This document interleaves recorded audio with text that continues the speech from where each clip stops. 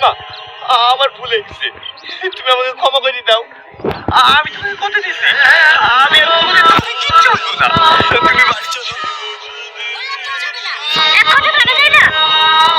না, ও যাবে। তুমি বাড়ি চলো না সালমা, বারবার তোমাদের জিজ্ঞেস করছে। আমি যে নরক থেকে একবার বেরিয়ে এসেছি, সে নরক আমি আর জীবনে ফিরে যাবো না। মানে আমি আর তোমার সাথে সংসার করতে পারবো না।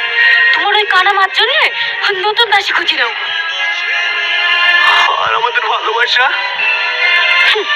ভালোবাসা? আমার ভালোবাসা মেনটেন করার মতো সামর্থ্য তোমার নাই। বেরিয়ে যাও এই বাড়ি থেকে।